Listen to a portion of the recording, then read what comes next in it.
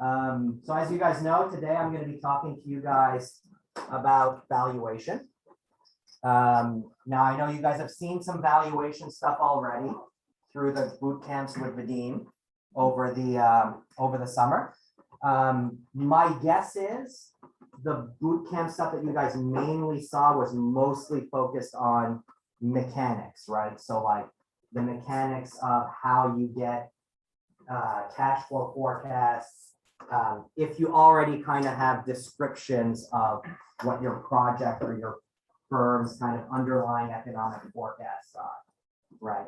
I mean, at a very high level, I think maybe Vadim talked a little bit about top down, bottom up stuff, but my guess is he didn't try to illustrate those things with actual real world examples. Is that a fair description of the world? And I'm guessing you guys also talked about WACC, but again, probably a lot of it was focused on mechanics, right? So you guys know the WACC formula, you know, cost of equity, you know, standard approach that we take to get our cost of equity is going to be the CAPM, so on and so forth. So those mechanical aspects you guys have seen, correct? So what I'm going to be focusing on today, I'm going to kind of take a knowledge comfort level on those mechanics as given, because my goal today is a little bit different. I know you guys are starting to think about your stock pitches, and obviously within your stock pitches, you know, you're expected to do valuations. Right. And so I want to try to give you guys a little bit of an example that I hope is going to help you feel less overwhelmed when you go and approach a real world company valuation in the stock pitch. Because there's a big distance between mechanics and applying it in the real world, because there's so many judgment calls involved with coming up with all the inputs that you need for evaluation. Now, let's be clear, I need to be a little bit humble with the objective here. My goal is not to kind of make you guys gurus in this stuff by the end of today's session. If I claim to be doing it, you wouldn't believe me anyway. If I claim to be a guru universally, you wouldn't believe me anyway. Valuation is really hard.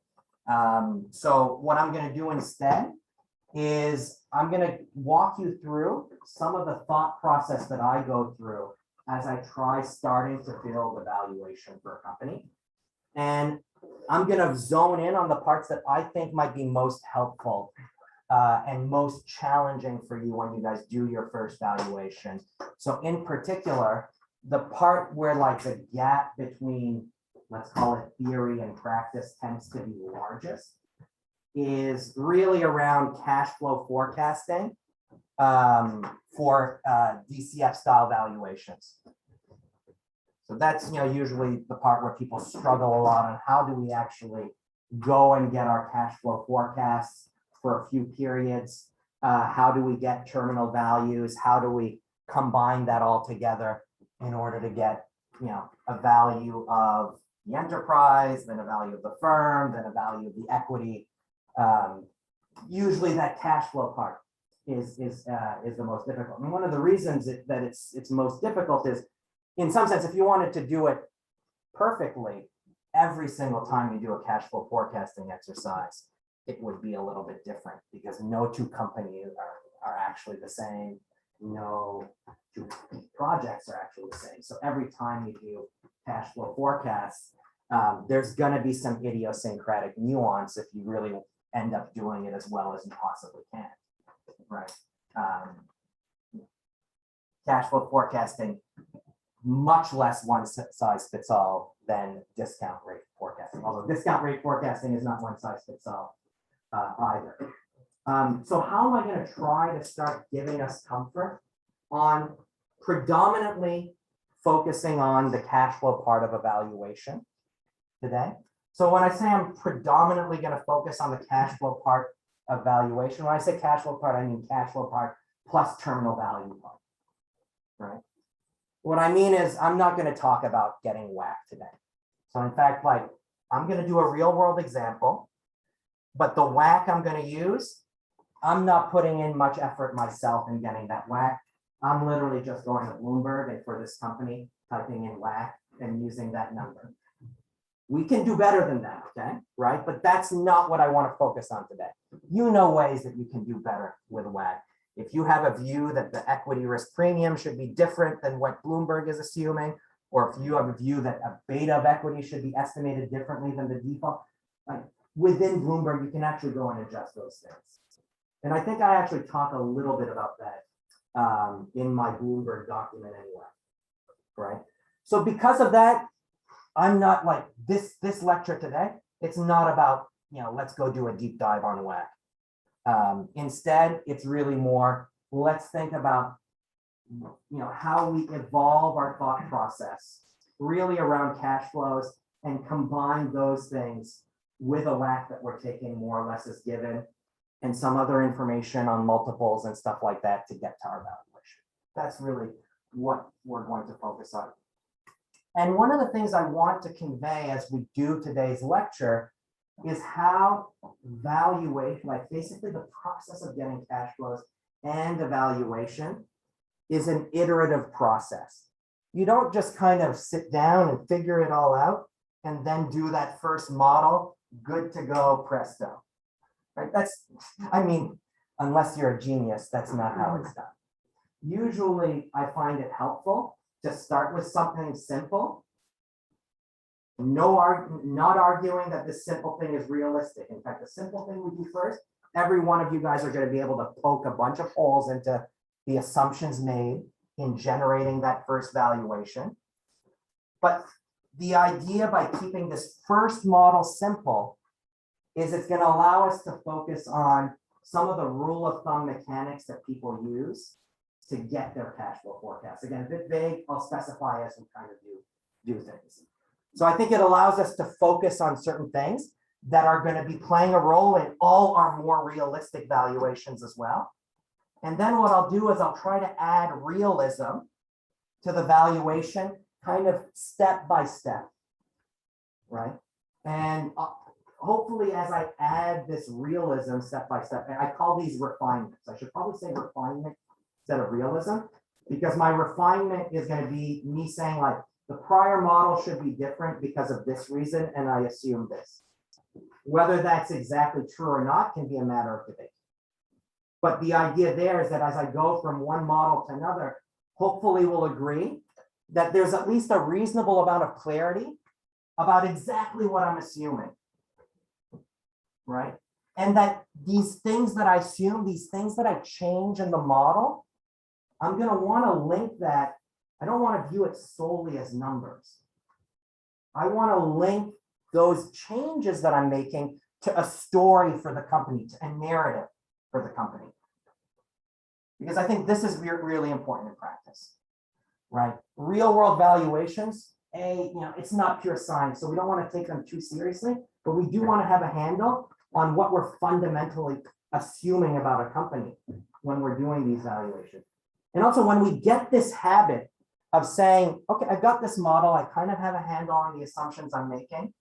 I'm going to make this fundamental change to the story of the company and see what valuation I get, right? Having comfort doing that, hopefully we can all agree, this actually makes it easier for you to start interlinking one part of your pitch, which is investment thesis, and the other part of your pitch, which is the valuation. Because the investment thesis should be telling you something that's part of the company's story. Another thing is it might be useful to know, do you think your investment thesis is something the market already appreciates, or is it a differentiated view? At the end of the day, if our goal is to generate alpha, right, we need to be taking contrarian bets relative to market expectations in some way, shape, or form, and have more of a propensity to be right than to be wrong. Right. So these are some important kind of big picture takeaways to get out of the stuff that we're going to do today. So, as I said, we're going to illustrate all of this in the context of a real example.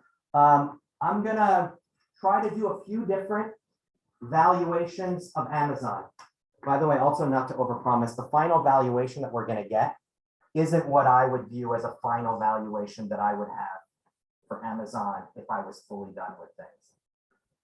If I have the time to cover everything today, I'm doing 4 valuations, but at the end, there's still, I'm gonna have a list, a couple of pages at the end of my little written document where I talk about things that are not in what we did. And what sort of questions I would ask myself to try to come up with. Basically, like my final valuation is going to bring us like in the neighborhood of what market prices are. So in some sense, my final narrative for Amazon, I'm going to kind of view it as being consistent with like what it seems markets might believe. I mean, I'm not exactly on, right? But in the neighborhood of it. And so it's actually nice, right? To have a set of assumptions, like under these assumptions, under this story, we get relatively close to what the market is pricing this company at. It's actually nice to have that clarity because then we can then ask the next question, where in this do I disagree? And if I disagree with this and change this, how much does it change the value, right? So what I'm saying is you can go even beyond my steps to start trying to identify contrarian things. But what I want to focus on today is kind of more the usual suspect things that we do that you might very well do pretty regularly, right? As opposed to kind of try to teach you something totally contrarian that the market doesn't, you know, appreciate at all about Amazon. I haven't figured that out yet anyway, right? So the way we're going to start, as I said, is we're going to first start with like an extremely simple and naive model.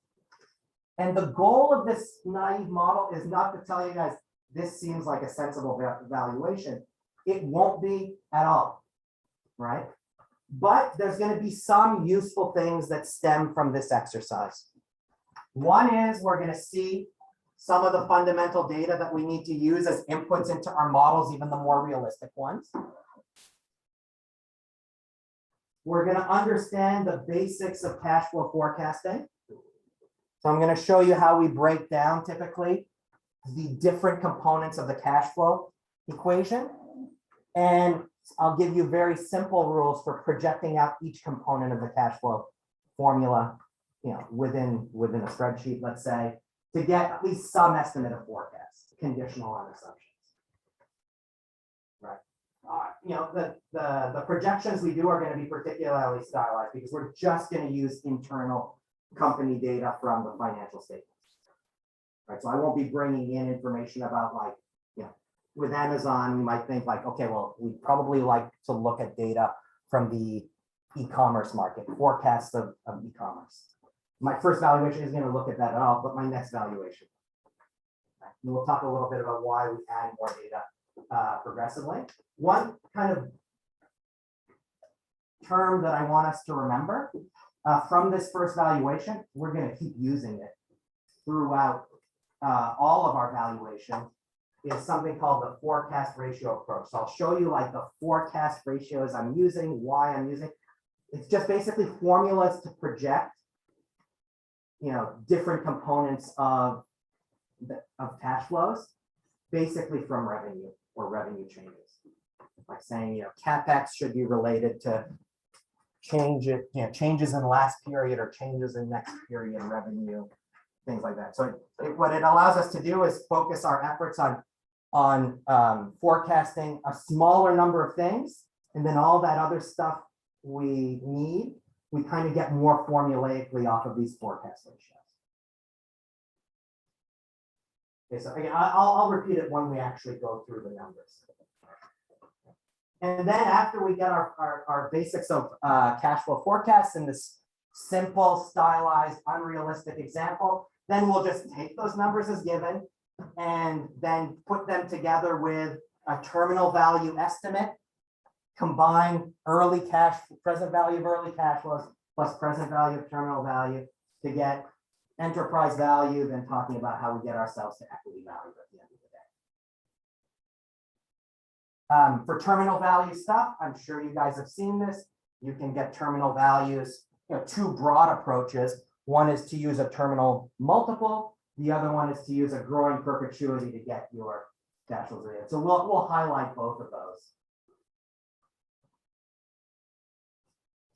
And then, as I said, don't judge me by the realism of any of my valuations, but certainly don't judge me on the realism of the first one. It's not meant to be realistic. But actually, we'll be thinking about the ways it's obviously not realistic when we refine.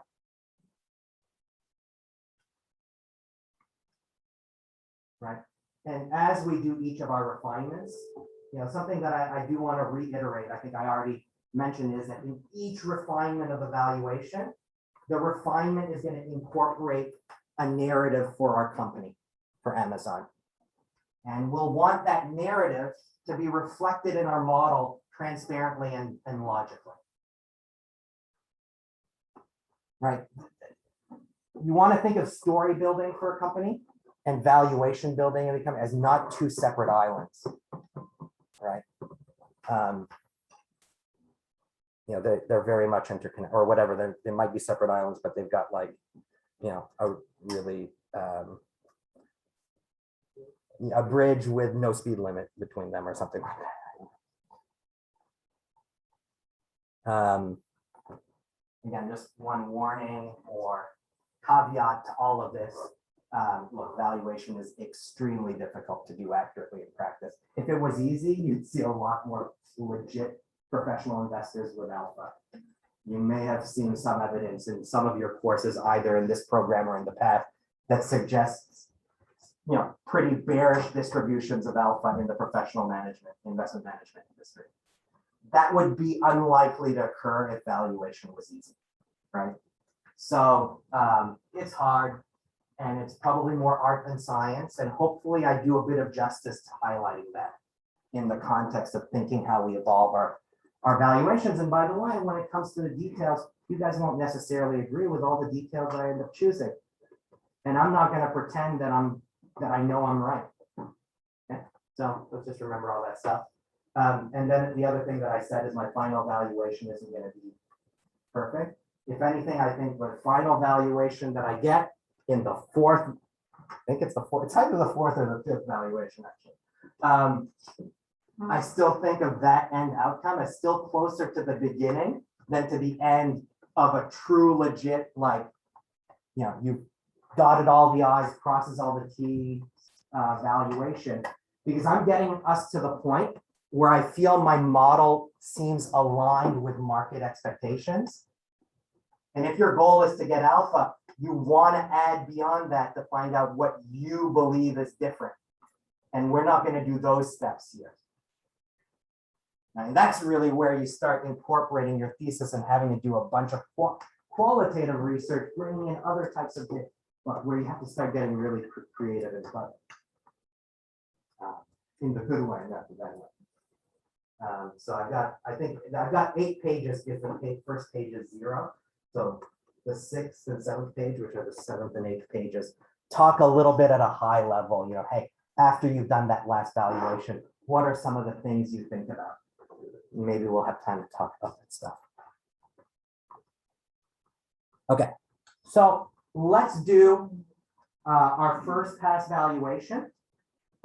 Before I tell you about the assumptions I'm going to be making here, I just want to give you high level, like how we approach getting our cash flows and how we approach getting our valuations, either with a perpetuity or a terminal multiple approach. So this formula here, the top formula, presumably looks familiar to you guys. Is that a fair statement? Right, this is just, free cash flow to the firm. There's different versions of this formula, so you might have seen it as like 1 minus tax times EBITDA plus tax times DA, right? There's different iterations of these. They're all mathematically identical. I'm just picking one of them. I'm picking the one that I generally find to be the most convenient, which is I'm going to split up my cash flows as 1 minus tax times EBIT, right? Plus depreciation, amortization, minus CapEx, minus change in working capital. So we're going to want to apply this formula in our forecasting period by period. And so what that means is we're going to want to get each of these numbers every single period. Another way that we could write this, I'm actually going to end up working with the second formula here, where I'm just splitting up depreciation and amortization here. All right, so amortization minus depreciation, that's plus depreciation. The reason why I'm doing this is something, if you take a look at CapEx minus depreciation, that's the term that's often given for this is net CapEx. Means your CapEx after removing depreciation, because you can think like the part of CapEx that goes to cover depreciation is really just kind of keeping you at a level of revenue. And you need to be CapExing more than depreciation to grow. Right? And so net CapEx is something that we have rules of thumb for estimating. But so think about this as kind of follows.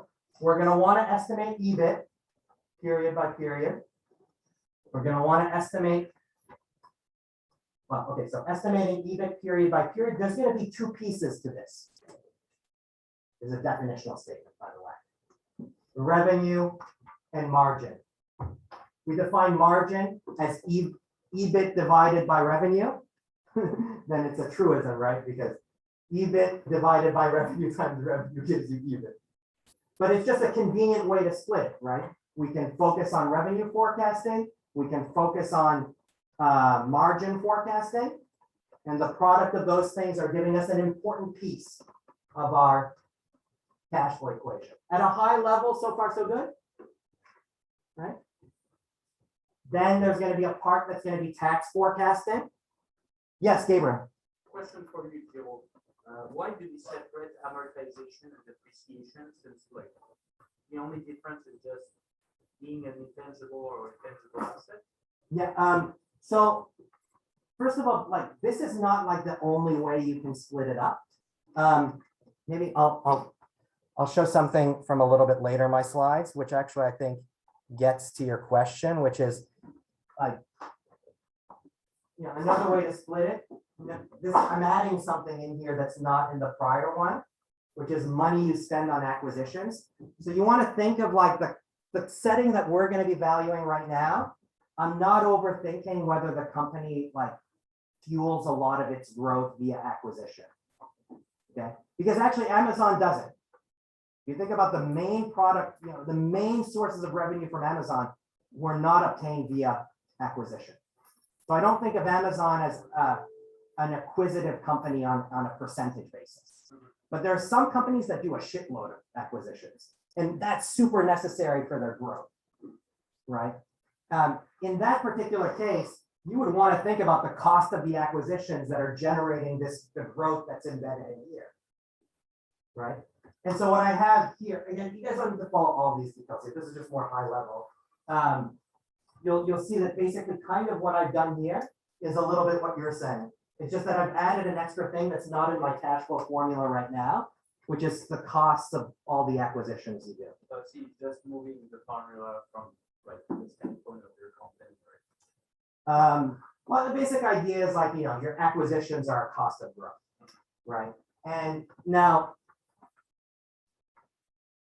going back to this original formula, in some sense, because I don't have acquisition here, I'm just saying like the cost of your growth from acquisition is kind of rounding error, so I'm not going to focus on it, right? But I do know Amazon does have amortization. So, given that that's easy to get, I don't want to leave it out, right? But actually getting the acquisition numbers is more, like, this is kind of going a little bit deeper than necessary within this context. Valuing acquisitive companies is an order of magnitude more challenging. Maybe we'll leave it at that. And here I'm just saying like Amazon is not a company that does a material amount of acquisitions relative to their market cap or relative to their revenue.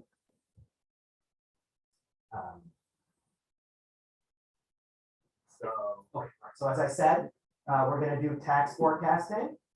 We're gonna do amortization forecasting. Again, by the way, some people do this equation sometimes without this at all. In fact, some of you guys may have seen the cash flow forecasting equation that where it's, just plus depreciation minus CapEx, right? So, sometimes people actually omit this. I just decided not to omit it. It actually turns out, I decided not to omit it because I didn't feel the need to omit it. It turns out that's not, we're gonna see later on. Putting this in or not doesn't have a huge impact on valuation. So, but after the fact, maybe I could have ignored it, but before the fact, I didn't want to see it. But we're gonna have amortization forecasting. We're gonna forecast CapEx related stuff. Again, this CapEx minus depreciation is what we call net capital expenditures. And then we're gonna forecast changes in working capital over time. I think we can all agree. If I forecast all these things, you know how to plug in to get these numbers, right? So the question is, how do I get all these parts? Right? And this is where we're going to make some assumptions. Now, there are some assumptions that are going to be very specific to our first pass example. And then there's going to be some that are going to be common across all our examples. And I'll motivate a little bit why that ends up being the case as well. Okay, so in particular, revenue forecasting in our first unrealistic model, I'll just say the forecast revenue in the future, and I'm going to focus on forecasting cash flows for 5 years, okay? That's pretty standard. That's probably the most common forecasting line that we see. That's just what I'm going to illustrate with. I'm just going to do a very naive extrapolation of revenue growth. We are going to move, to something much more detailed than that after. But for now, in the first one, I'll just say, look, I think I'll have to remember when I look at the spreadsheet, but it might be something like assume the next 5 years annual growth is equal to like the average of the growth rate over the last 5 years. I'll confirm that when we look at our spreadsheet, but it's something like that, just like a naive extrapolation of prior growth rates. Right, for a high growth company, this is likely to give you some problems if we expect the growth to be falling, right? And indeed, when we do a better job, we will see a growth falling. So yeah, I'm not saying that this is the right way to do it, but that's how we'll assume it for standards because it makes things simpler. Margin forecasting as well. Basically, our first unrealistic model just uses a bunch of historical averages for a lot of stuff. So the margin that we'll assume is going to be related to the historical margin from the company. Tax forecasting is going to be, I'm going to basically measure effective tax rates of the company from its historical financial statements. And I'll take some historical average of that. Amortization, what I'm going to do is I'm going to look at what percentage amortization is of revenue historically. So in past years, what was amortization divided by revenue? It's some number. I'll average it across a certain number of years as well. And then next period amortizations will be whatever that number was times that period's revenue. In other words, I will be getting my amortization number by having two things: the revenue forecast from this earlier step and a forecast ratio for amortization being the ratio between amortization and revenue. So when I say forecast ratio, it's just some lingo to say it gives me a formula to go from my revenue numbers to these other numbers. So that's what I'll assume. CapEx minus depreciation and changes in working capital. Again, it's forecasting ratio relationships. So I'm relating those numbers to the revenue numbers that I've forecasted. But instead of being, this number, this period is proportional to revenue this period. Instead, in both of these cases, I'm going to take these numbers to be proportional to the change in revenue over the last period. Right? If you loosely think about this, right? The logic behind this, when net CapEx is probably cleanest, right? If my CapEx is just depreciation, like, am I increasing my production capacity? No, right? So if I was operating at capacity before, then that means I can't have grown my revenue. Does that logically make sense so far?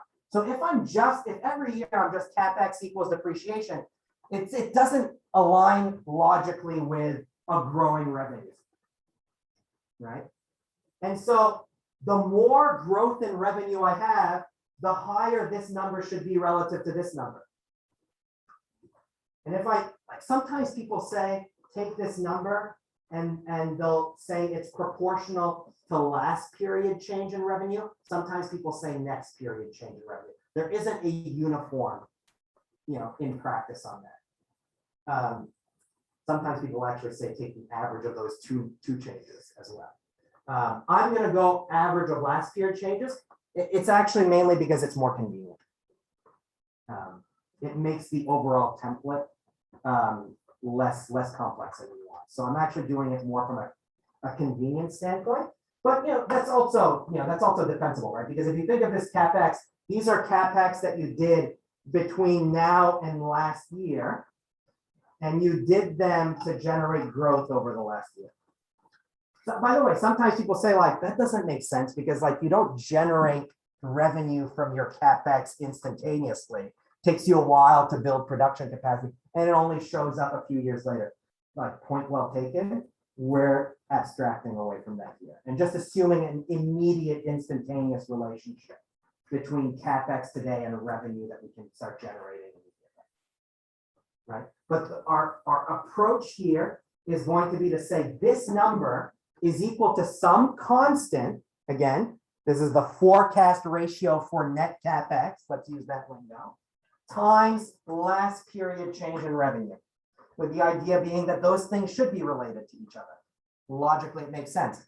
Same thing holds for working capital, right? We generally think that like, as your company gets larger, your amount of accounts receivable, inventory, and accounts payable should be growing with your revenue, right? And if your levels of AR, inventory, and AP grow with revenue, then the change in that number should grow with the change in revenue by definition. Now, if that ratio stays constant over time. Right, so that's the broad strategy that we take in order to get each of these numbers. Now, let me actually show you this in a spreadsheet. So by the way, the spreadsheets are probably in real time. I can only imagine like overwhelming. The goal is not to have you guys follow every cell in the spreadsheet right now. You guys have the spreadsheet now. If you ever want to dive deeper into the details, the goal right now is to really get comfortable with the big picture. Okay, so let's go and take. Is this even viewable? Back row. You're okay. Okay, good. We don't need to take a look at the top stuff here. There's a lot of numbers here. So let me orient yourselves a little bit in terms of what's happening. Well, I mean, I think we can kind of tell with the dates. Anything that's black is from the past. Anything that's red is my forecast for the future. I need to have stuff from the past because I'm going to be using the past data to project out all those components of cash flow. Right? So maybe I'll write down the cash flow formula here. Just so that we never lose sight of where we're trying to go. And this number is going to be EBIT T over revenue. This is a definition statement at times. Revenue T. So this is a revenue forecast. And this is a margin forecast. I said plus amortization, okay, minus net CapEx,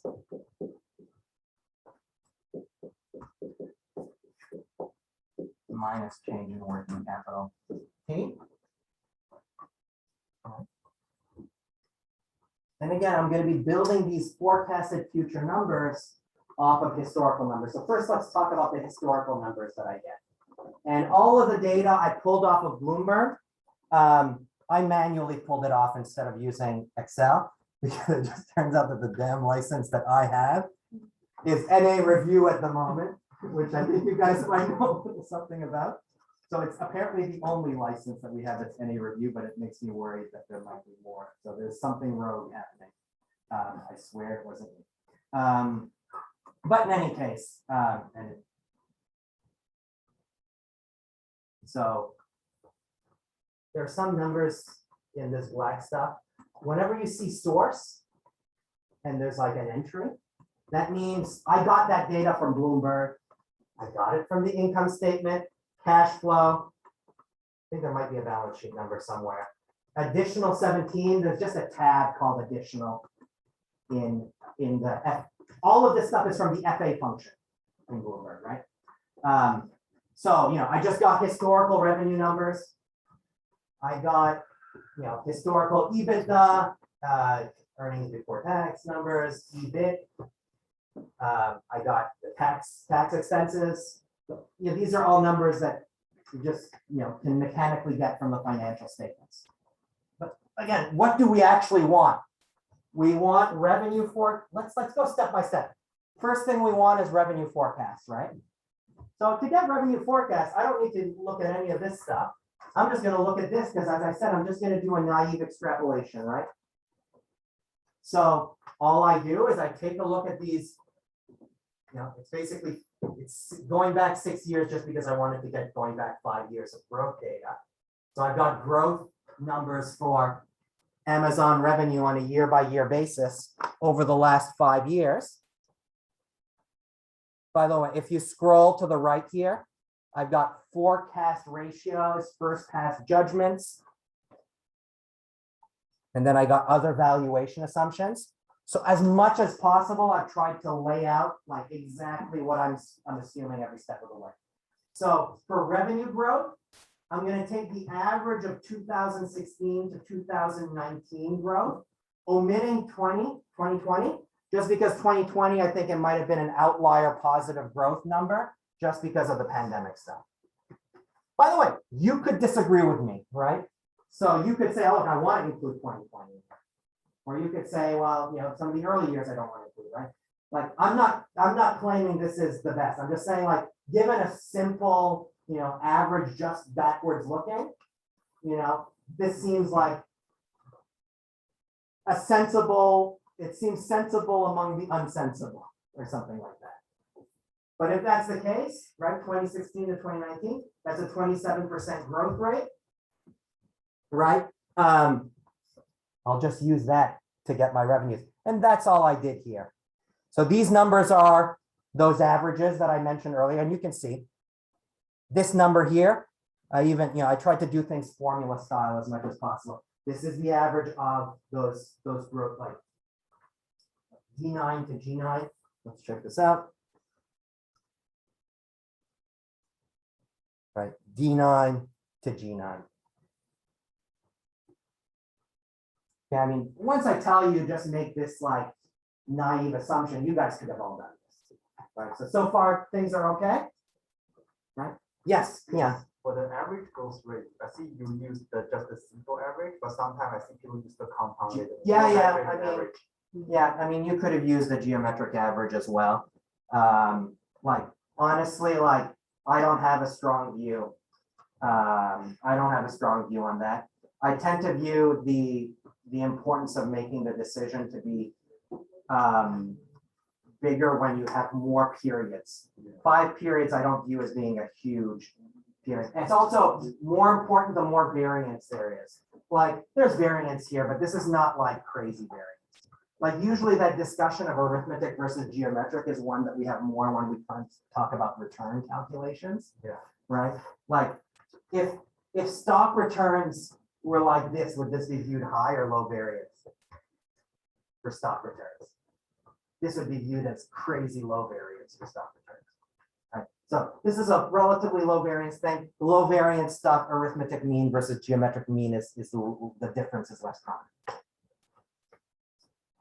But the real answer is I just went with average and I didn't overthink that. There's a lot of things I'm not gonna go and overthink. Yep.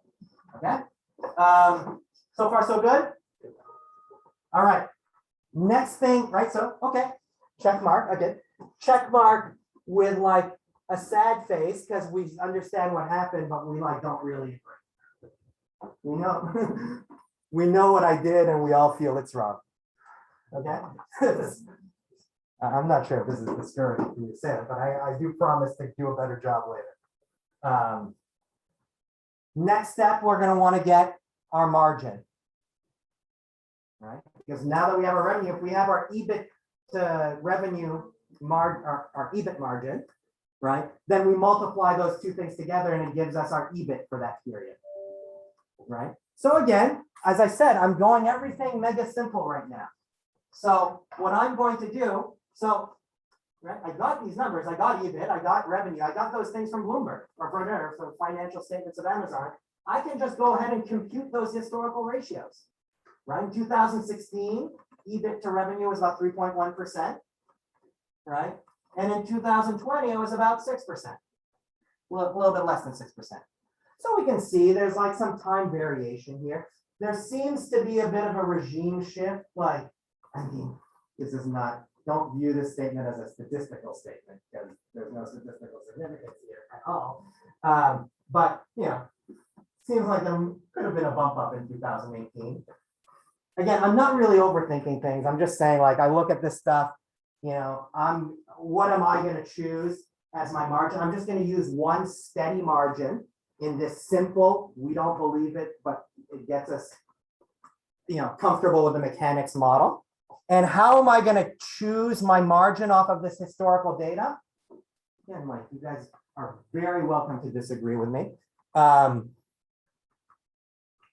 I am going to do a better job on margin too, right? So I'm going to spend like the two things within the cash flows that I'm going to spend a lot of time thinking about are going to be revenues and margins, right? But what's my assumption as my forecast ratio for margin? My forecast ratio for margin, it just means I'm going to assume a constant margin for now. And my constant margin is going to take the average of 2018, 2019. The idea being, I'm again omitting 2020 because I think pandemic may not be representative of the future. And 2016, 2017 versus 2018, 2019, there did seem to be kind of a bump up. Again, like I'm not trying to sell this to you, right? I'm just saying, like, out of all the like silly things I can do, this seems kind of less silly. Okay.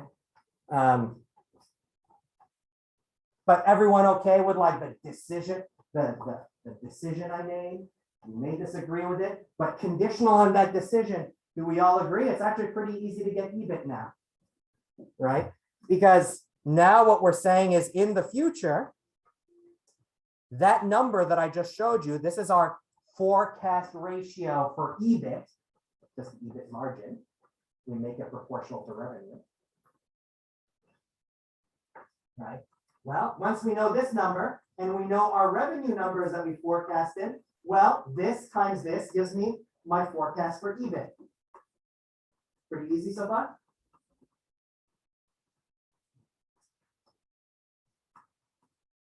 By the way, this part of the structure is not going to change, where I get this number by multiplying this number with this number. It's just in my later valuations, this is going to be arrived at in a more intricate manner, and this is going to be arrived at in a more intricate manner where margins change as well. But once I have this time series and this time series, this number here, I'm always getting the same way. Sound good? And by the way, I've set up my spreadsheet as much as I can, template style, so that like when I go from my first model to my second model, I copy paste this whole model and just change the parts that I need to change. Everything else gets recomputed automatically.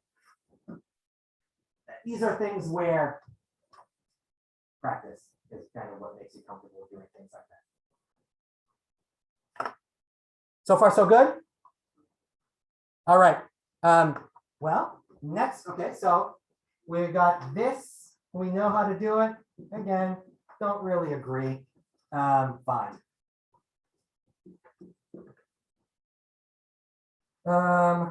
Tax rate. How am I going to get my tax rate? Again, this is actually not going to change across my valuations. And again, I'll try to convince you guys why that's the case. But I'm looking at so all I'm doing here is calculating an effective tax rate historically year by year by taking a look at what was my tax expense, right? And what was my earnings before tax, right? This divided by this gives me the effective tax rate that I'm paying.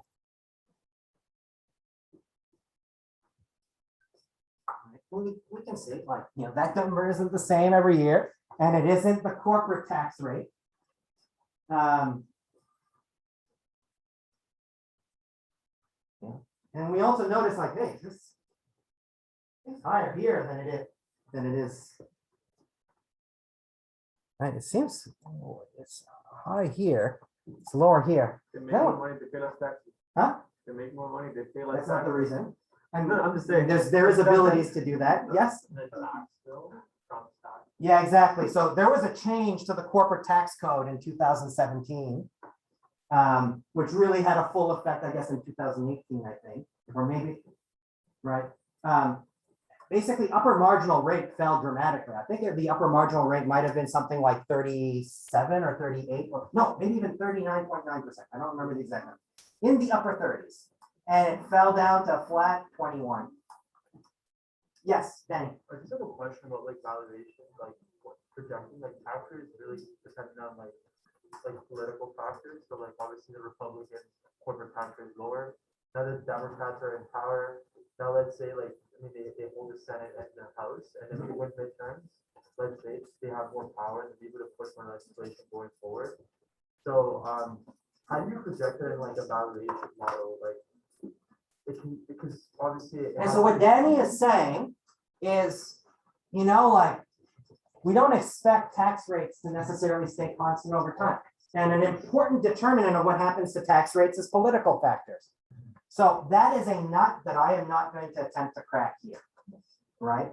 But it is something that if you feel strongly can be the basis of a thesis, because you could incorporate a view of, I think the tax rate will go up. The problem with that, given that we're long only funds, is it tends to say that the value is lower, tough to kind of motivate buying stuff. But if you, for instance, felt like the tax rate was going to fall and the market doesn't appreciate that, that would give you a bunch of buy signals, right?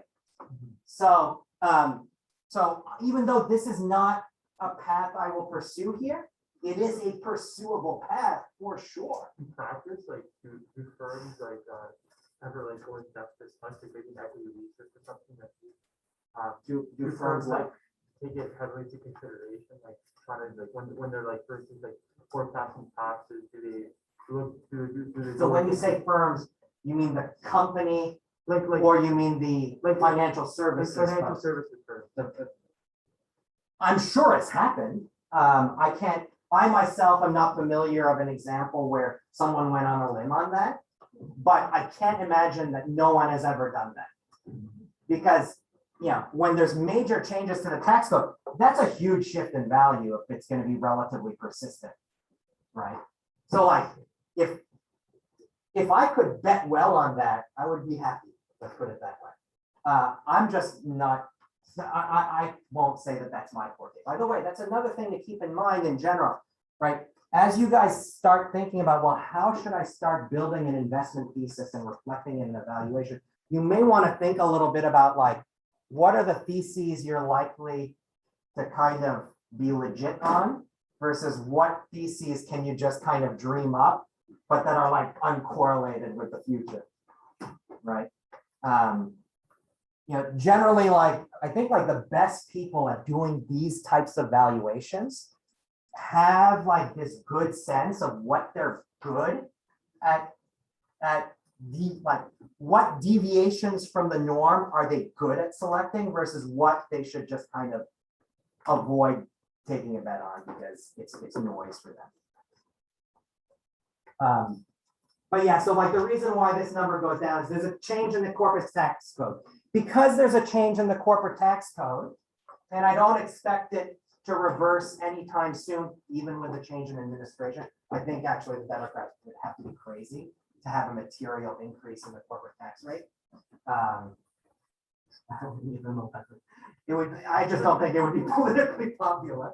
I don't expect this like regime to be changing anytime soon, i.e. anytime, let's say over the next 5 years. So what I'm gonna do is I'm gonna take the tax rate as the average over our history, but only during the new tax regime, where like it's full years of the new tax regime, 2018, 2019, 2020. I think that's actually pretty defensible. So far, so good? So then I just take average of these things, that's this number, right?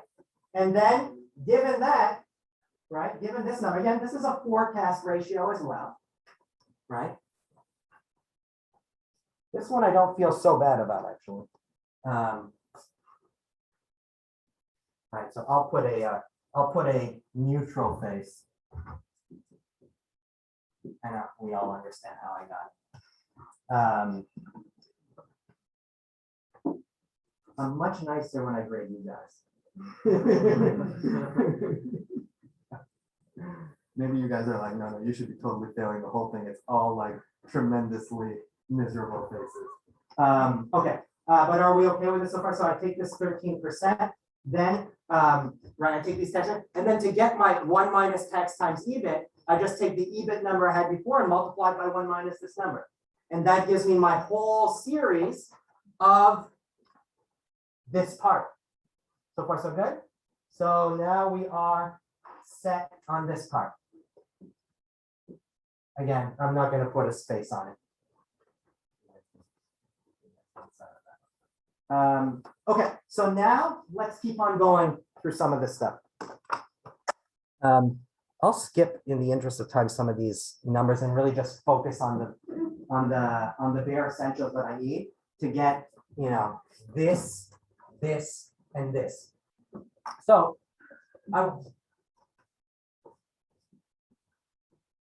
so this number here, I'm going to take, as I said, let's call this forecast ratio for amortization times revenue T. So I'm going to assume amortization scales with revenue.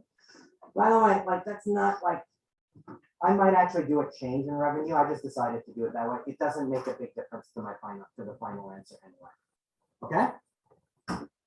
Right. And again, I want to highlight this. These are the two where you want to remember that it's a little bit different, right? Because this constant number scaled to revenue, well, we did the same thing with EBIT. It was this constant number scaled to revenue, right? This number here was not scaled to revenue. It was just an average of a number. So it's just a number, right? So this is being done in a similar way to the way that we got revenue to EBIT, right? But it's going to be a different number. Again, how do I get that number? I look at the average ratio of amortization to revenue, and I can see over the last 5 years, it's ranged between, it seems 1.3% and 2.4%. So it's kind of hovered in that range. I take the average over the full sample because it's not like 2020 looked like an outlier or anything. Again, we could have taken an average. You know, we could have removed 2020 again. I mean, I don't have a strong view here, but everyone okay? I just basically got that from an average of the historical numbers. And gives me this number, and then given this number, this is going to be right. So this number 0.0. Let's call it 178.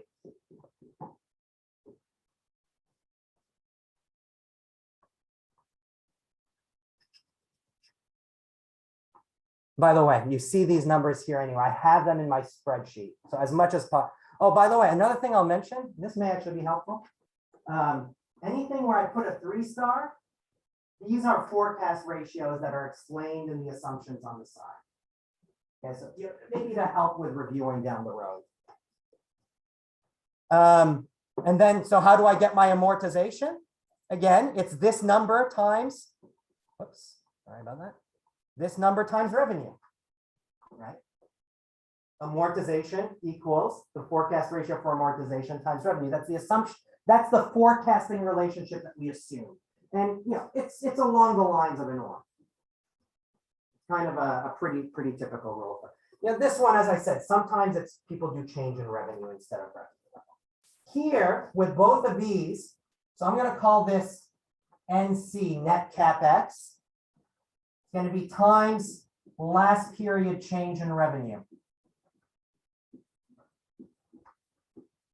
And same thing, this is gonna be forecast ratio for working capital times last period change in revenue. So notice this is a different formula than the formulas we used so far. So formulas so far have been scaled at current revenue. Working capital and net CapEx, we're scaling to last period change, a difference in revenue. Right? Because difference in revenue is about growth. And when we grow, we know we need to make, CapEx investments, and we also need to make working capital investments. Right? Whereas something scale with size, my profit are about, a company that has large size right now, but no growth in the future will have large, if they're profitable, large profits today, but they won't necessarily need to do a lot of net CapEx because they're not growing, right? So I want us to remember, this is pretty logical that we've done these two differently than we did this part, for instance. And this is, the norm. You see some variation. Sometimes instead people do T+1 minus T, for instance, right? So sometimes people look at next period instead of previous period, right? So there's some wiggle room, but the difference is kind of what it's all about in these two parts of cash flow. So far, so good? So by the way, I look at this, well, if this is equal to this, then what is alpha NC equal to? Again, I'm just saying, let's set this equal, right? So I can solve for alpha NC, it's just CapEx minus depreciation over revenue T minus revenue T minus 1. Agree? I mean, it's just simple, a linear equation with no intercept. So what am I going to do? By the way, same thing here, right? This implies that alpha WC equals change in working capital times T over revenue T minus revenue 1. Why am I saying this? Because I'm going to use these formulas to calculate these ratios year by year in past years, right? So that's what I do over my next few things, right? So I get my depreciation number and my CapEx numbers from getting some of these things from the financial statements can be a bit of a pain in the ass. So I like to, Bloomberg makes our life a little bit easier where there's a specific place, it's not the income statement, the balance sheet or the cash flow statement, but they've got some additional tabs where they computed those numbers for you. So I got Bloomberg numbers from that. And so what have I done? So I've got depreciation and CapEx from Bloomberg data. Again, this is the source. It's the tab called additional, which is to the right of the cash flow, balance sheet, and income statements. And then within this tab, there's numbered subtabs. The tab 17 has both of these data points. And by the way, there's other places you can go with, but I'm just kind of but so given these numbers, I can calculate net CapEx, right? This number here is just this minus this. So this cell here is this number minus this number. I might as well show you.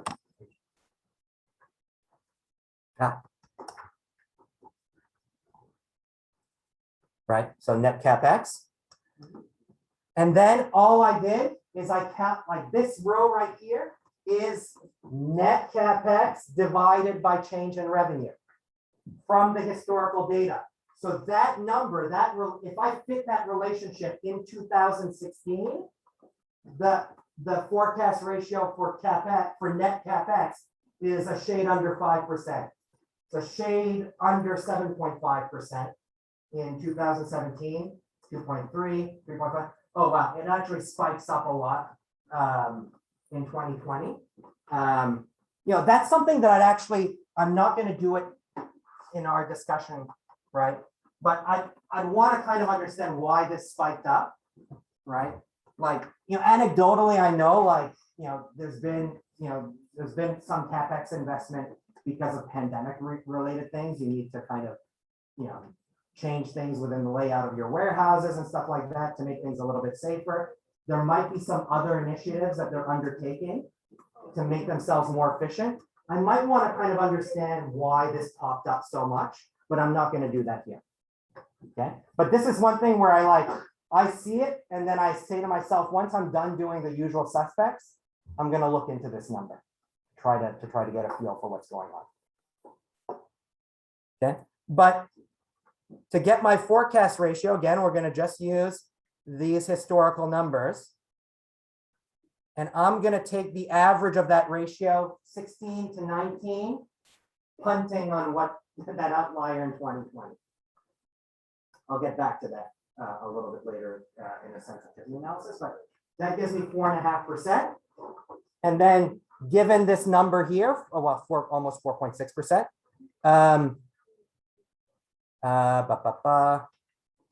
Then I can calculate my forecasted net CapEx, right? Because my forecasted net CapEx is just going to be this number, the 4.9%, times revenue this period minus revenue last period, right? And then I just drag that throughout, right? So that like the next period here, right? It's that same forecast ratio times that period's revenue minus last period's revenue. That period's revenue minus last period's revenue times that number gives me net CapEx. That's all I'm doing. Are we okay with this? Are folks okay with me saying I did my working capital the same way?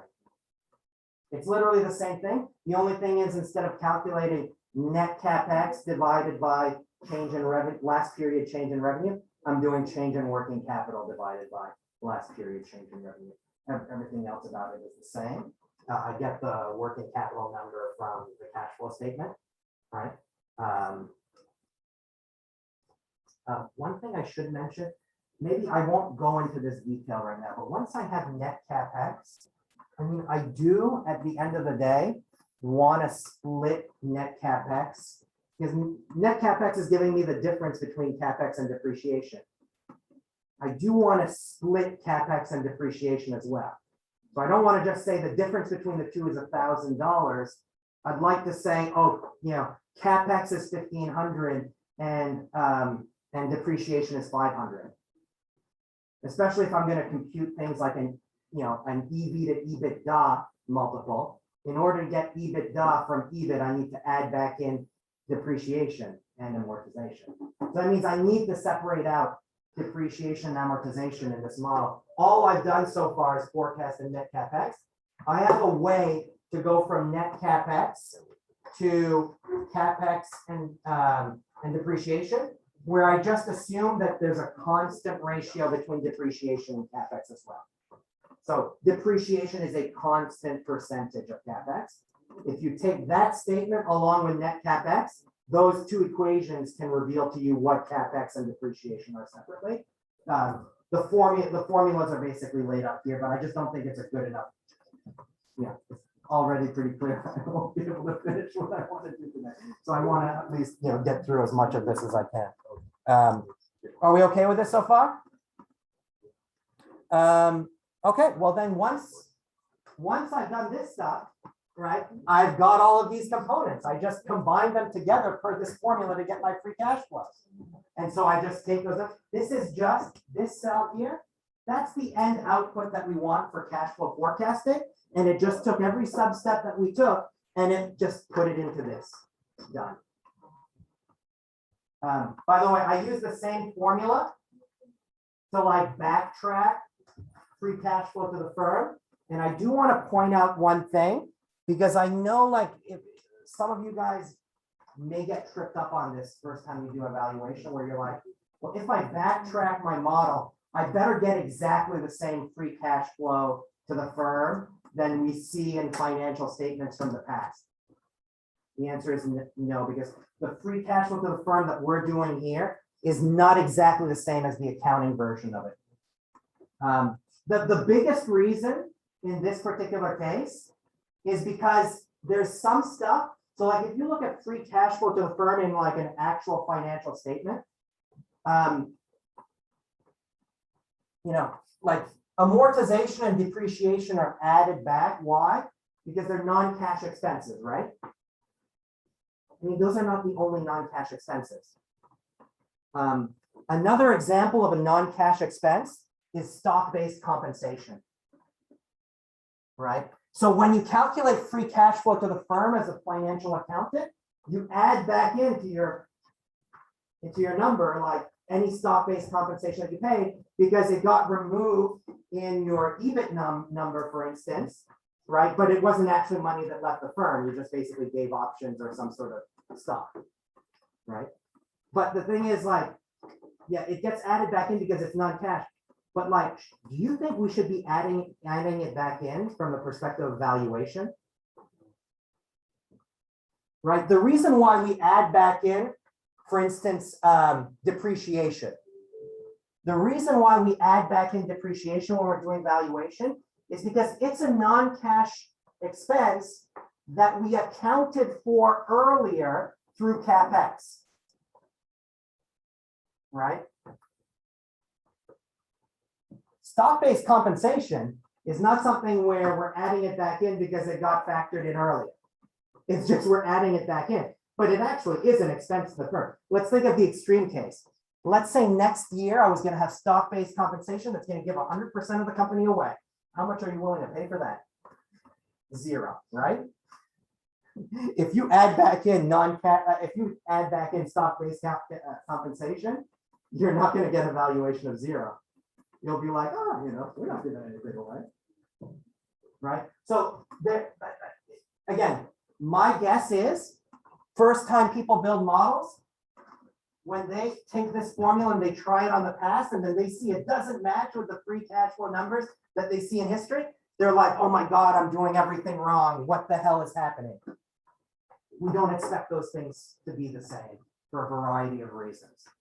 Again, in the case of Amazon, the predominant reason is stock-based compensation. There is another thing, like in this formula, look, I mean, this formula is not 100% accurate. So like there are sources of cash flow or profits that we're not really focusing on here because we're focusing on operations. So like intercorporate investments, we're not really modeling here, right? But intercorporate investments would be something that would have an impact on your free cash flow to the firm. Yes. Don't factor in stock-based compensation and employee benefit expenses. Right. Don't we factor in stock-based compensation as an expense in the income statement? We do, right? But what I'm saying is it's a legit expense. We don't want to undo it by adding it back in. Right? But the accountant's version of it adds it back in. So kind of like saying it didn't really happen. Right. Any questions so far? Or are we, again, like generally speaking, fairly comfortable with the broad structure of what we've done? What I want you guys to kind of remember in our example so far is how like the things that are not really going to change from model to model is how we address these three parts. So I'm not going to change these things. So this part of my template, so to speak, is not going to change. I'll be basically in the cash flow part, focusing my efforts on changing revenue and changing margins. Right? And these things I'm not going to fuck with this. I will quickly summarize why I make that decision. But first I want to finish my valuation in this baseline case. Right. So I've got my cash flows here. Right. So if I want to value my company, what do I want to do? Well, I might as well get my enterprise value first. Value from operations, right? So take the NPV of those 5 years of free cash flow to the firm that I got using the WACC of the whole firm. and then add a terminal value discounted by that same WACC to the term, by the terminal date. Like, you guys have seen this before, right? So I'm gonna do this, but now, and then, once I get this number, I can get value of equity by taking enterprise value, add cash, etc. When I say cash, etc., I mean cash, cash equivalents, and short-term marketable security. And then minus V debt, which is short-term debt plus long-term debt. I'm going to use book values just because I don't have enough information to model every aspect of debt in the company. So I'm just going to accept that the book values of debt are reasonable proxies for the market value of that debt. By the way, if I had preferred equity, I would remove the value of preferred equity as well. So far, so good? So, other thing I want to talk about, terminal value, different ways to get it. I'll talk about two ways quickly. One getting from a terminal multiple and one getting from a growing perpetuity. Okay, so now let's go to my spreadsheet and talk about how I do each of those two ways. By the way, as I said, WACC, I'm not spending any time thinking about it here. My WACC is 7.1% because I said AMZN on Bloomberg, selected the US equity thingy, typed WACC, looked at the WACC number, 7.1%, left it at that, okay? So I'm not saying that that's what we should do, but like we got to pick our battles, and I think you guys probably value more talking through cash flow stuff at this stage. So let's go back to our spreadsheet. So this upper part was how I got all my cash flow stuff. This bottom part is I take those cash flow numbers that I estimate. So these numbers here are just those numbers here. First thing I do is I take the present value of each of those cash flows, discounted at that 7.1% that I just told you. That gives me this number. I did one little slightly nerdy thing here, which is I'm saying like we're in September of 2020, right? So 2021 is like 3 months from now. So instead of discounting that first one by 1 year, I'm discounting it by 3 months. Right? And then the next year, 15 months. Yeah, plus 12 months, plus 12. Does that make sense? I'm just kind of saying like, I'm not putting myself in the position of the beginning, January of this year. I'm putting myself in the position of September of this year. I think it was September. And then that's how I got this number, right? So that's why, by the way, that is why I did this nerdy thing here where I put one in quotation marks. So I'm like, it may not be one, it might be a little bit less than one if we're a little bit into the year. And then we may be a little bit less than 5 if we don't go 5 years, because the 5th year is not quite 5 years away.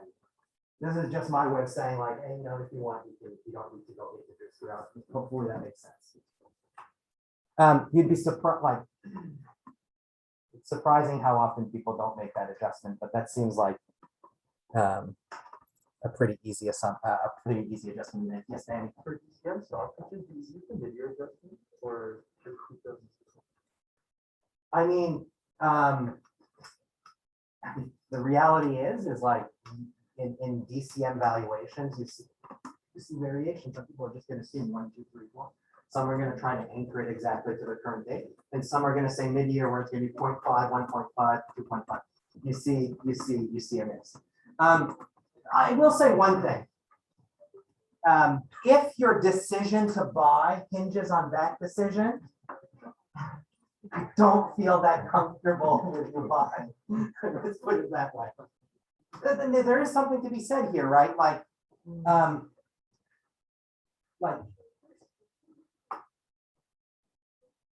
the most important things to guide actual decisions are going to tend to have a little bit less to do with those little details and are going to have a hell of a lot more to do with, did you take a legitimate contrarian stand on something that the market doesn't appreciate and where you're right?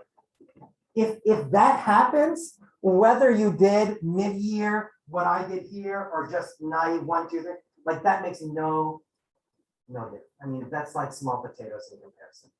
Like if you've got like a legitimate like a material contrarian bet that proves right. But everyone, okay, this is pretty straightforward, right? This is present value of ECF means early cash flows.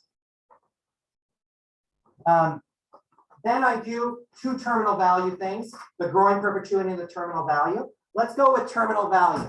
By the way, I'm making a lot of shitty assumptions for my terminal value calculations too.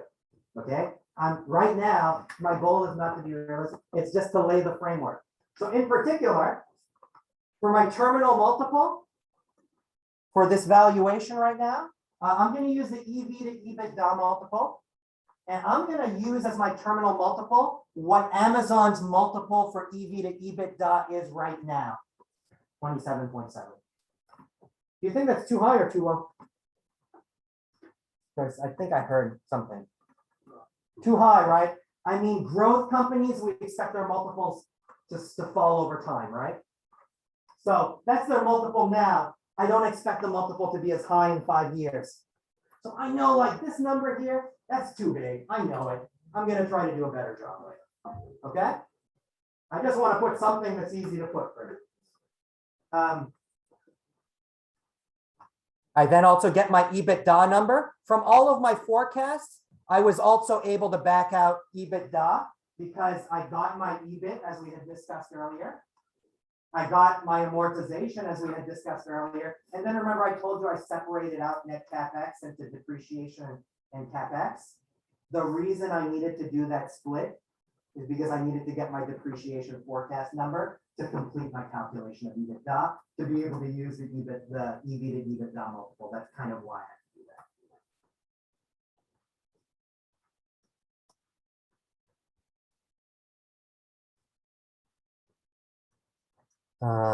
Okay, so let's go back down. So that's my EBITDA number in terms of, remember, it's a terminal. We're getting a terminal value. So we want to take our terminal multiple times our terminal characteristic, right? Our characteristic here is EBITDA because EV is in the numerator. We know this terminal value is an EV, EV meaning enterprise value. So it gives us an enterprise value of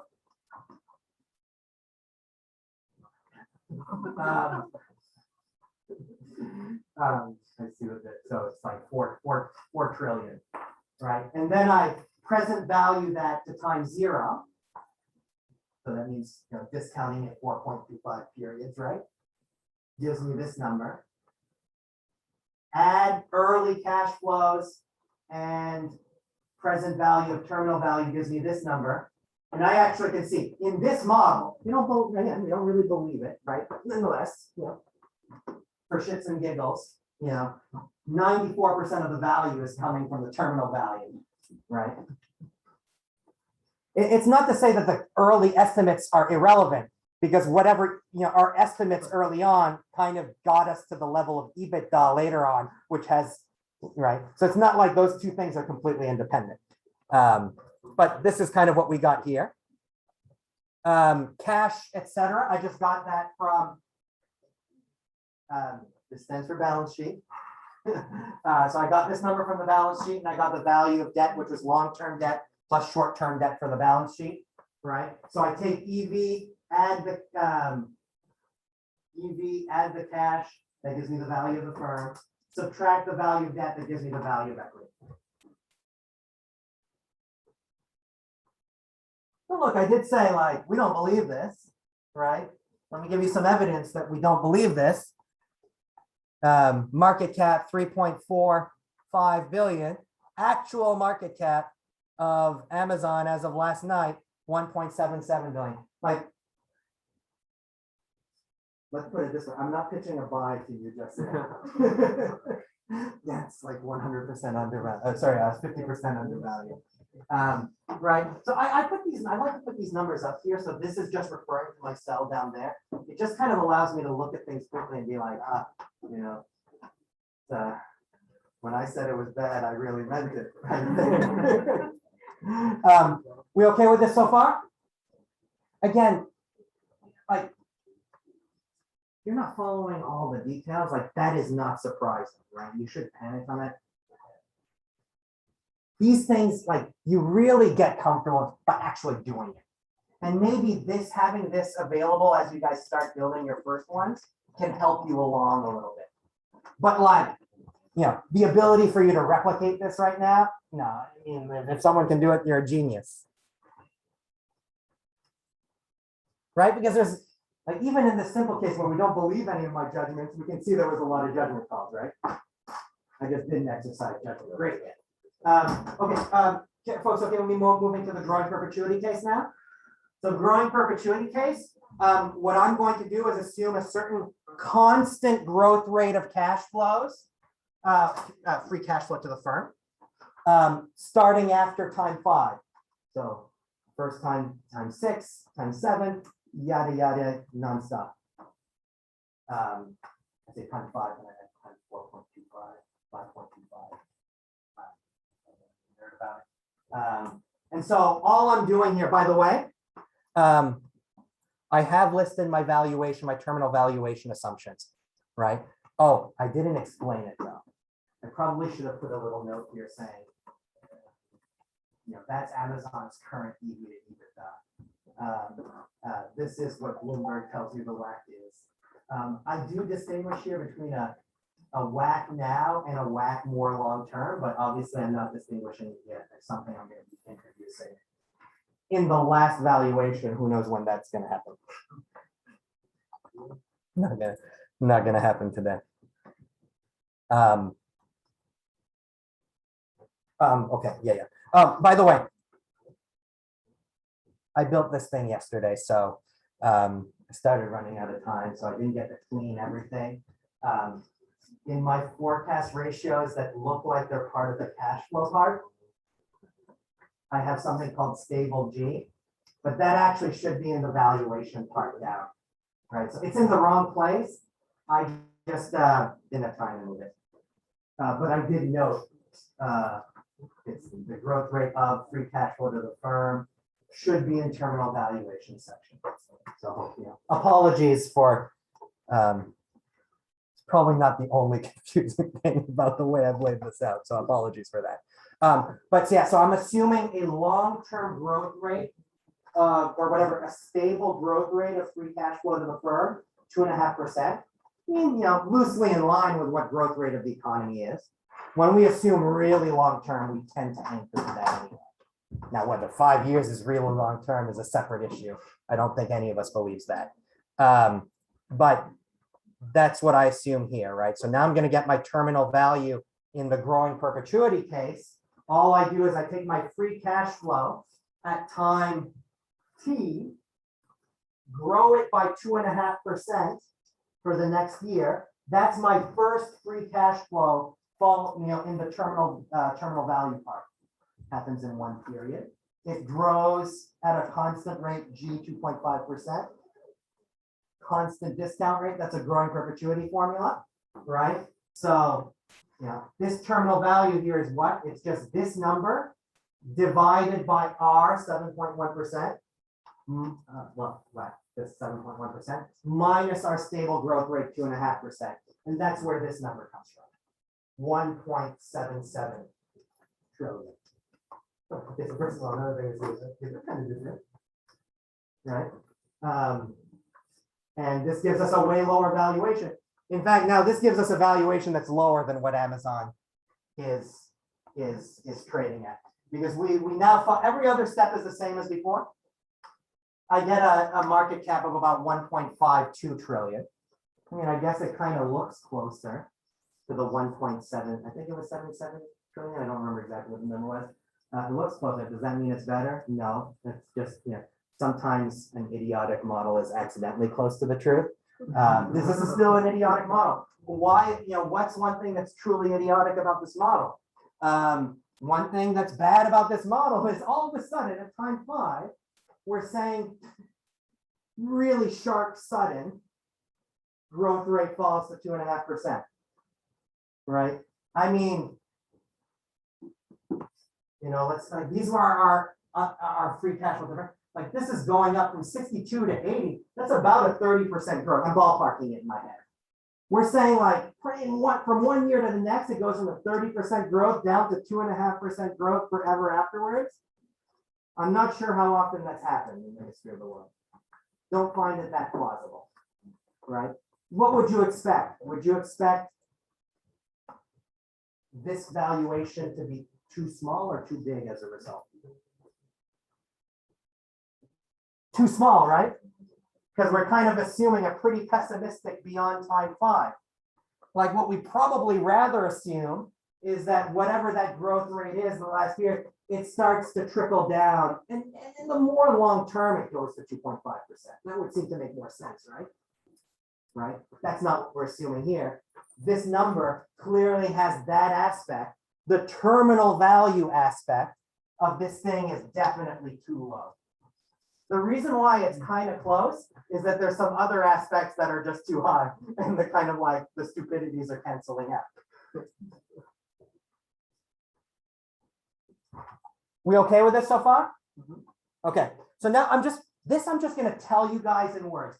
So my first pass, I had a template where like you saw I had like to the right of the template, I had all my key assumptions and there were numbers, right? We can change those numbers and see how it changes the valuation. So what I've done is I've just recomputed, right? So our baseline in the bad model was 3.455 trillion and 1.523 trillion. Let's see how those numbers change if we change each of those components of judgment calls that we made. We made a judgment call on growth, right? And we probably felt like 27% seems pretty optimistic, you know, because we probably expect growth rates to fall, right? So let's just like, this is an ad hoc adjustment, right? But it's just to give me a sense of what matters most. So I'm going to take that growth rate, I think it was 27%, and I'll change it to 80% of that. It's just a mechanical way to make it fall a non-negligible amount, right? Percentage-wise. I do that, both valuations fall by a lot. That's not surprising.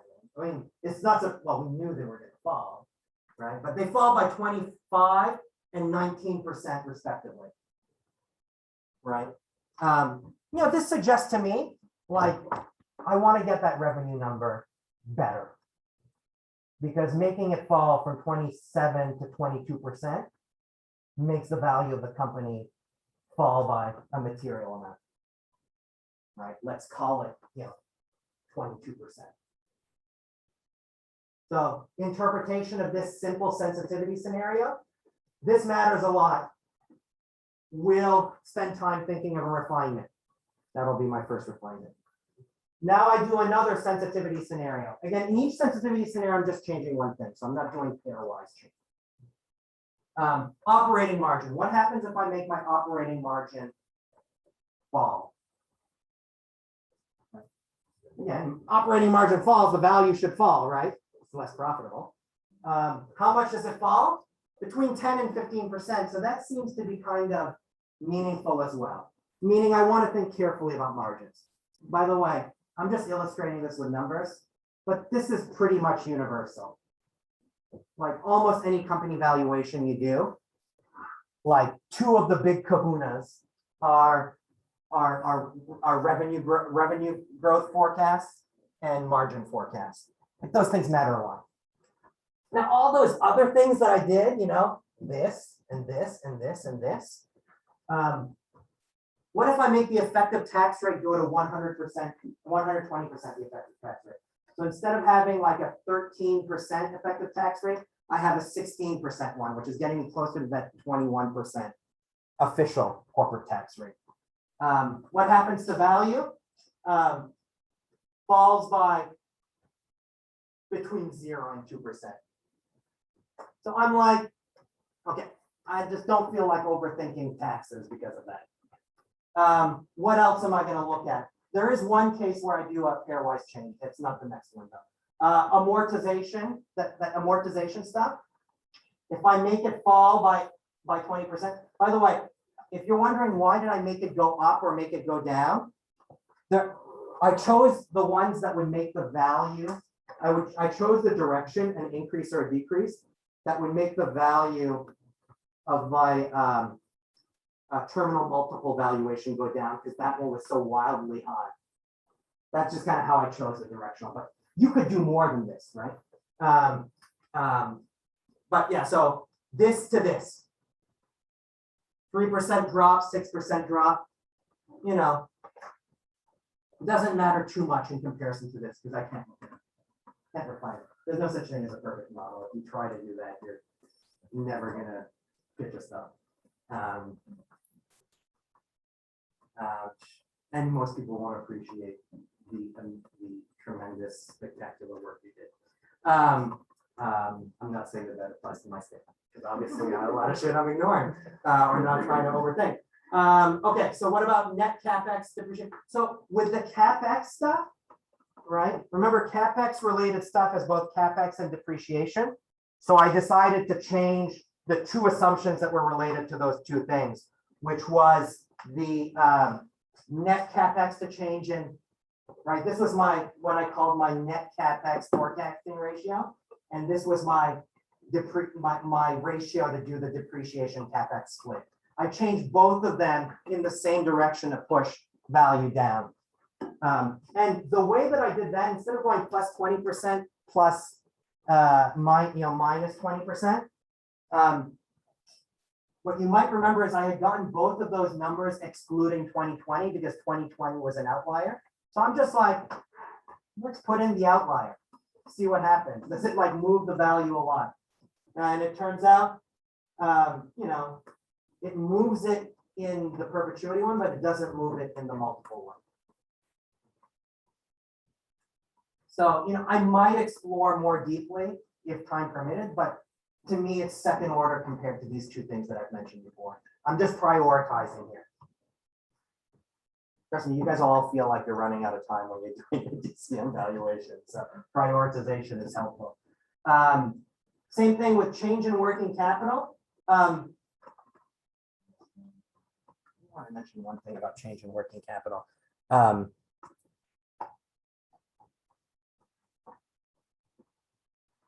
Notice this number is negative. You think most companies have a negative number here? That means the more revenue as your revenues grow, your working capital falls. If that's happening, what's the big cheese in your working capital? Not inventory, no. Accounts payable, right? Actually, I didn't check. I should have checked, but I know this is true for Amazon like for many years early on. They had negative working capital. Why? Because they collect payments first. they collect payments, so very little accounts receivable. Relative to most bookstores, teeny tiny inventory. That was one of the great things that they could do.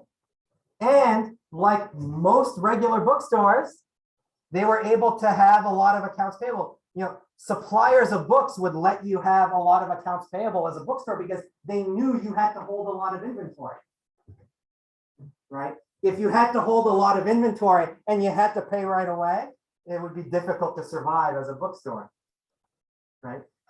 So Amazon had this benefit where they were able to negotiate attractive accounts payable terms because every other bookstore did it because they needed it to survive, but Amazon didn't need it. So because of that, that's why you have this negative number here. This is pretty rare.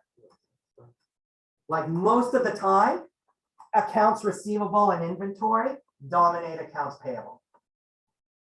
One way to think about this is kind of like saying, one of the ways that Amazon finances and stuff, this is more important early on in its life than now. So one of the ways they were financing themselves are basically financing from their suppliers. Anyway, it's just, yeah, I thought that would be an interesting thing to mention. But look, if we look year by year with the working capital, we do see that it fluctuates in terms of the changes. The actual raw level, I still think is negative. So I think accounts payable is larger than inventory plus accounts receivable. But if we look at year by year changes, there are years where it's firmly negative, but there are years where it's positive. On average, it seems to be negative. I did my sensitivity analysis where my baseline number used all 5 years. And then my sensitivity just removes this year, going like this, which will make it less negative. Again, does that actually matter? You know, less than a 1% change in the multiple valuation, then a little bit more meaningful in the perpetuity case. I mean, things are going to be more important in the perpetuity case because the denominator is lower, right? So that in and of itself is not that surprising. So my interpretation from this is these are the two things to prioritize first. I think that's an agreeable statement. You okay with this so far? The other, I mean, I don't want to just do sensitivity analysis on my cash. I don't want to get too close to that.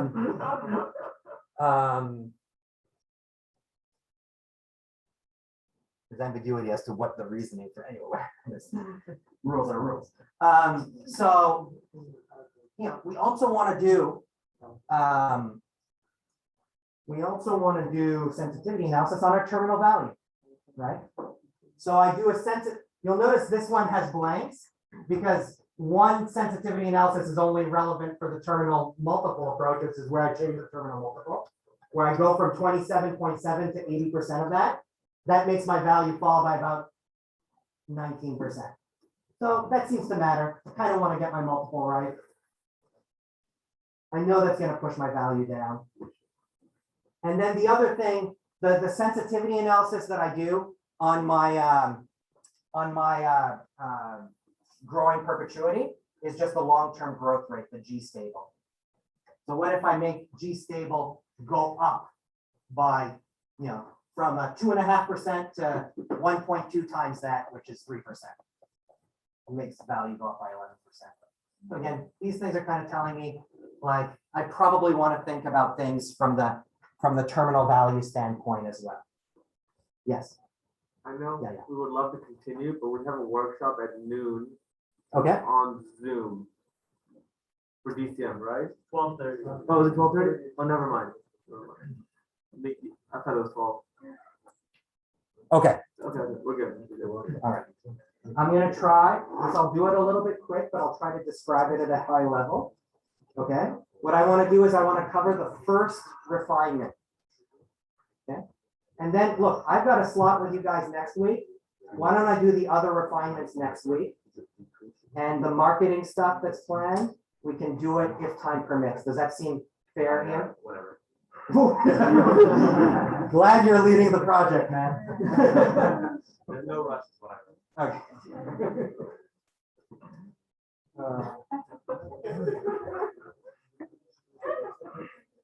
That's not something you want to hear kind of like as an iterative response. Yeah, recursion.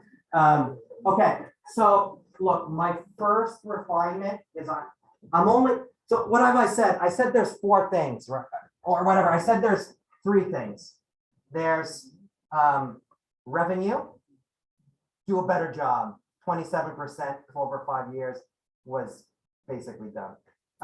Want to do a better job on that. Margins, want to think more carefully about where margins are coming from and how they might change over time.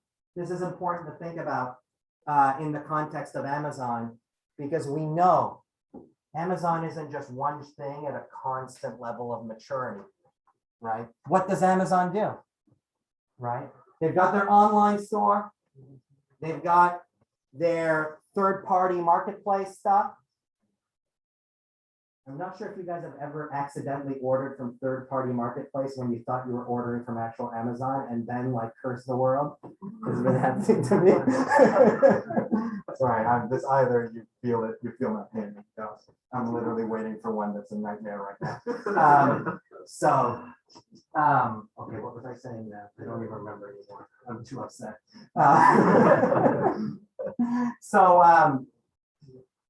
So what else about Amazon? AWS.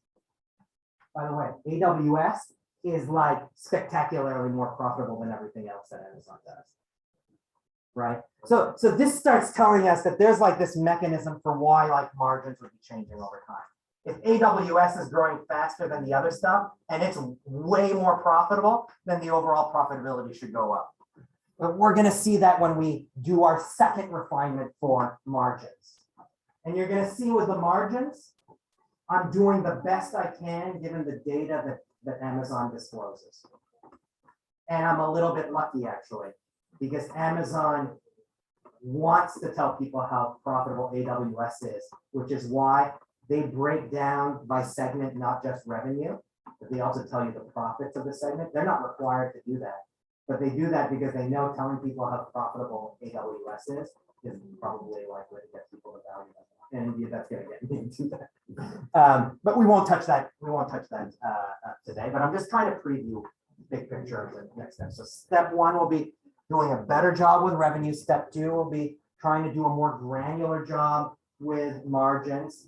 Steps 3 and 4, or refinements 3 and 4, are going to tackle terminal value, but in 2 steps.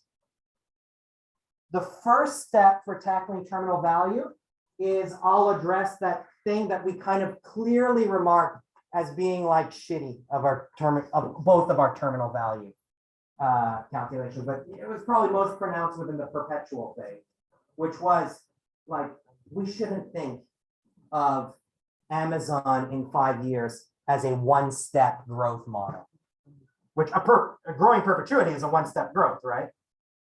Growth constant forever.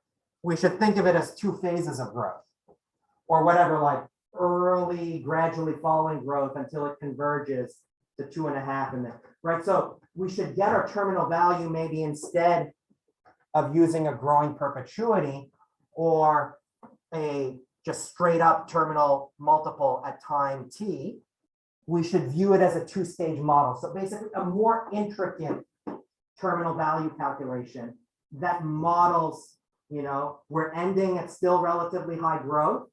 So we'll transition growth down to something more stable and long-term. So I'm going to do that first, but under the assumption that current financial market conditions are unchanged. What I mean by that is, multiples are kind of like the way they are right now. I don't mean that Amazon's multiple is going to be the same in 5 years. What I mean is, like, if we could find Amazon plus 5 years today in the market, its multiple would be the multiple we would apply to Amazon in 5 years. Right? And same thing, like discount rates are not going to be going up or going down. But when I say financial market conditions aren't changing, what I mean is, same company today, and then whatever, like think of like my 5-year-old son today. And then let's say somehow we could have in 5 years, my still 5-year-old son, they would be worth the same. Right? I don't know why I brought my son into this. It really makes no sense.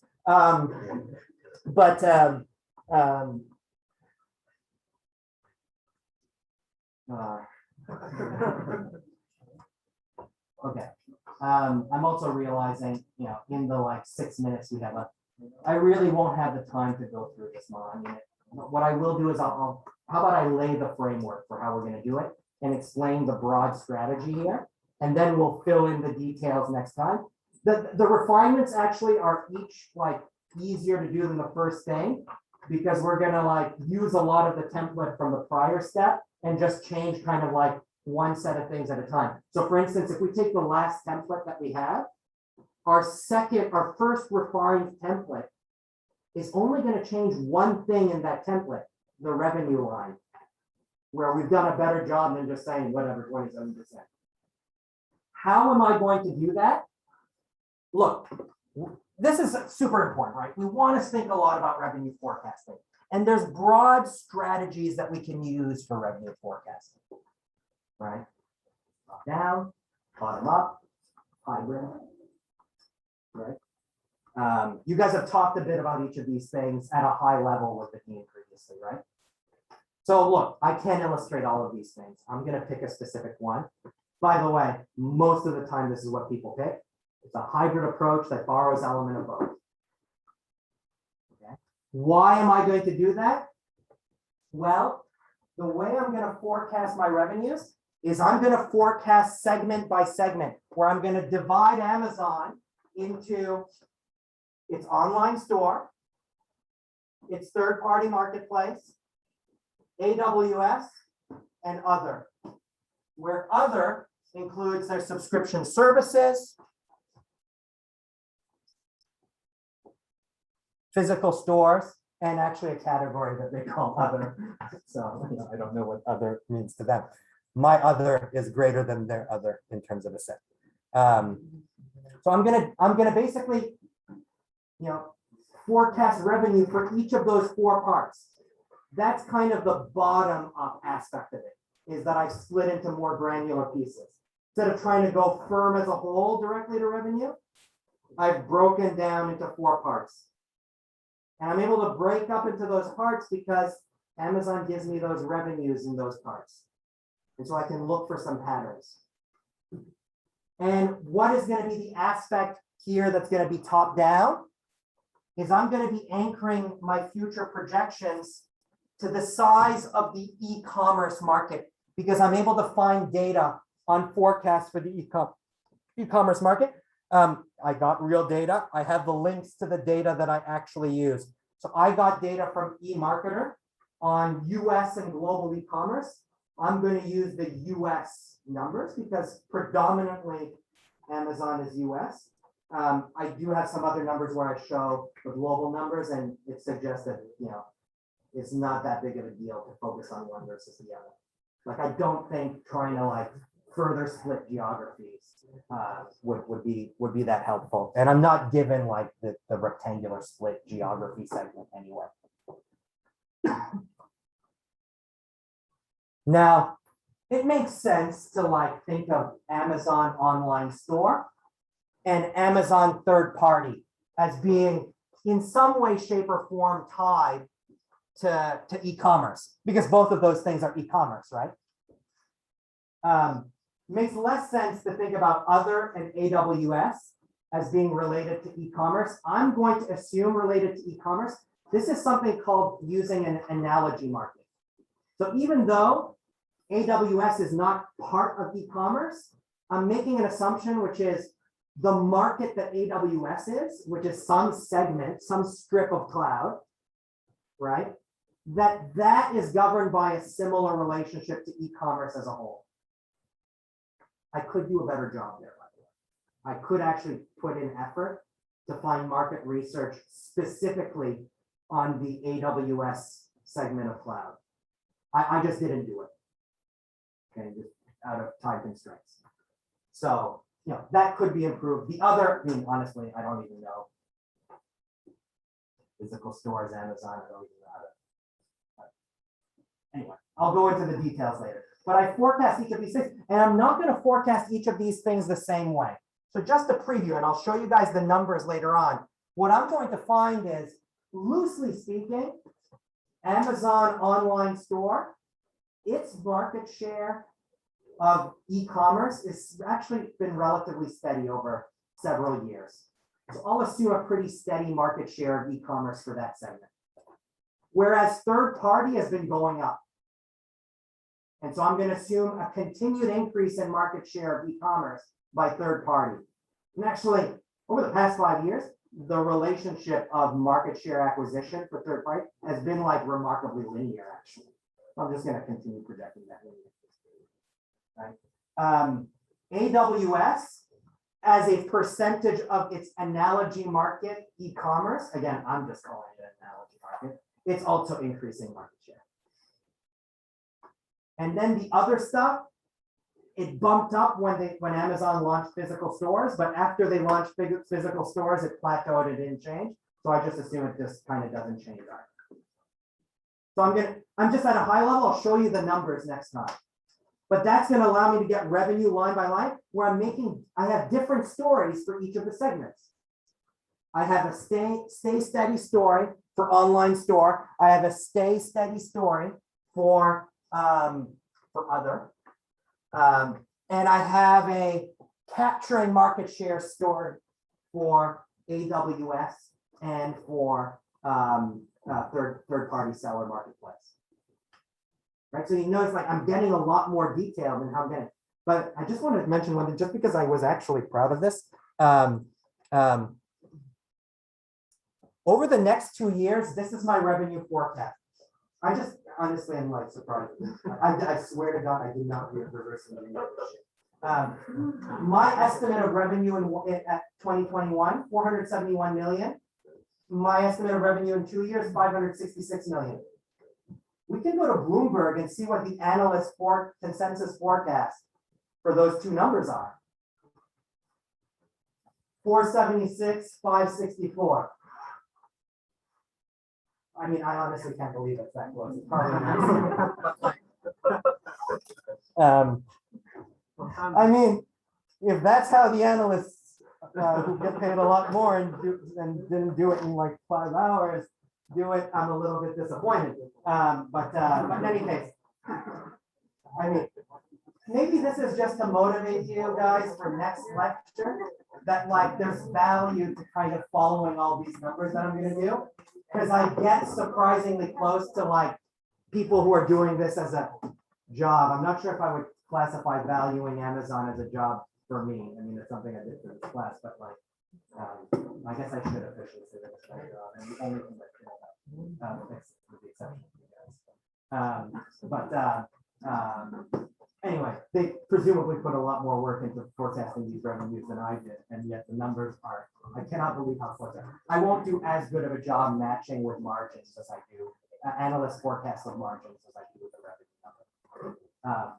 But I think, you can do this as a bit of evidence that suggests maybe what I'm doing here actually makes sense. And again, at a high level, I described it. I mean, presumably it sounds better than the first thing I did, right? So so we'll do that. Then we'll get our revenue numbers. By the way, these are in units of trillions. Everything else was in units of billions. That's why the numbers are so much smaller. Then all I'm going to do is I'm going to take this first pass thing. I set this up template style so that everything dynamically adjusts. So if I were to change this revenue number, everything else would change the right way.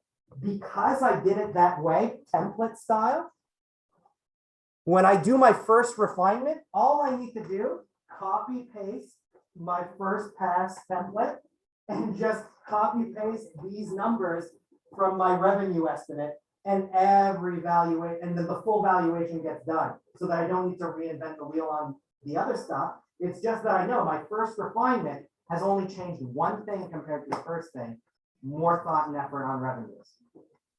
Then my next one will go more thought and effort on this. And then my next one is going to go more thought and effort on these, refinement 3. But ignoring changes in financial market conditions. And then my last change is going to factor changes in market conditions where I'm like, look, discount rates are damn low right now. I think they'll probably go up in the future. And when interest rates go up, holding all up stocks, and we expect multiples to fall. So I also expect multiples to fall. So I'll try to like ballpark how changing market conditions, in addition to two-stage growthiness at terminal, how both of those things separately change the value. Just to give you like the final punchline on our last valuations. Sorry, I just want to just to motivate, maybe coming next Wednesday or something like that, is that actually at the end, if we take the average of our two valuations, we're going to get within 1% of Amazon's actual valuation, which is pretty good. How do I interpret this? I interpret this as my last model, once I've done all my 4 refinements, I've got something that seems pretty aligned with market expectations, which is great, because then I can look at this model and actually start looking for things. Where do I disagree with this? If I disagree with this in this way, how much does it change value? Does it make it go up by a lot? If it does, maybe I want to buy, because now I've got clarity. I disagree with the market in this way. So my 4th refinement, the goal really there is that I've gotten to something that's in the neighborhood of what the market expects, right? If you don't know what the market expects, it's tough for you to say you've got an alpha thesis, right? Because you're not able to pinpoint where you're contrarian. You may end up being right, but that sounds more like luck than you know, legit, you know, alphaness or something. Right? So that's kind of like what I do in my first parts of my model is I think about realistic, like changes that I think are sensible. And then I ask, like, these sensible changes, do they get me in the neighborhood of the actual valuation? If they do, it's great because now it gives me an opportunity to ask, well, in what ways do these standard adjustments, in what ways do I disagree with them? And that just gives me a lot more clarity on why I want to buy something. Or if the value is too low, why I would like to short something if I was allowed to short. Sound good? Right, so next class, as I said, we'll go into these refinement models. They will be faster because we don't need to do all this stuff on forecast ratios. If anyone wants to look at this beforehand and ask questions, you can certainly come and ask me about things like that as well. Sound good? Sorry for going 6 minutes over.